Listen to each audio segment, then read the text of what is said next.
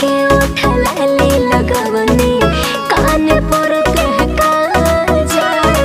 पटना के मोर झुमका बाटे छपरा के हवे छा